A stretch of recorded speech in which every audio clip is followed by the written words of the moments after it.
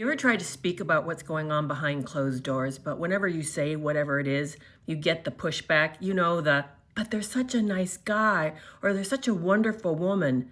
And that invalidation is not only frustrating, but very dangerous. Some of the most emotionally destructive people are really good at looking like the perfect partner. They're the volunteer, they're so generous, and they charm everyone around you.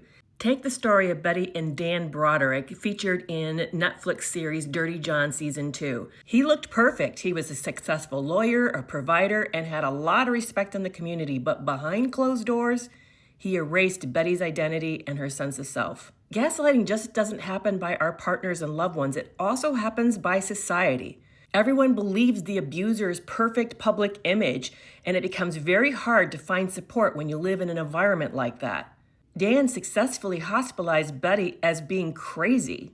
I know when I tried to share what was happening to me, I got pushed back too. You hear what a nice person this is and how they even volunteer and do things like coach for kids' soccer games. What's even worse is that often professionals will agree. You'll get therapists and clergy recommending more patience, not better boundaries. There are two sources who talk a lot about this. There is Dr. Cleckley, who wrote the book The Mask of Sanity, and then also more recently Dr. Karen Mitchell. Both of these specialists and researchers note that we're socially conditioned to overlook danger, especially when it's wrapped in success and charm and likability.